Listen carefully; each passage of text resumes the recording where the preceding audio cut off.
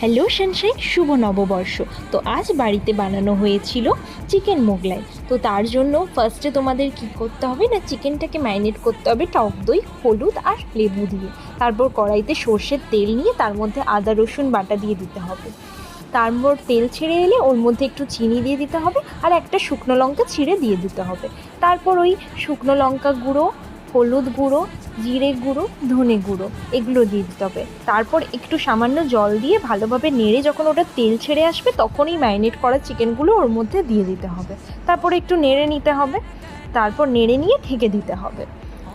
তারপর ওর মধ্যে একটু কেচাপ দিয়ে দিতে হবে, তারপর স্বাদ মতো নুন দিয়ে দেবে আর দুটো কাঁচা লঙ্কা ছিঁড়ে দিয়ে দেবে।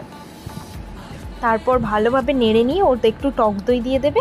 তারপর এখানে আমি একটা পেস্ট বানিয়েছি, যেটা পেঁয়াজটা ভেজে নেবে ভালোভাবে, তার মধ্যে একটু নারকেল, টমেটো আর কাজু সব মিলিয়ে বেটে নেবে, দিয়ে ওই পেস্টটা ওর মধ্যে দিয়ে দেবে।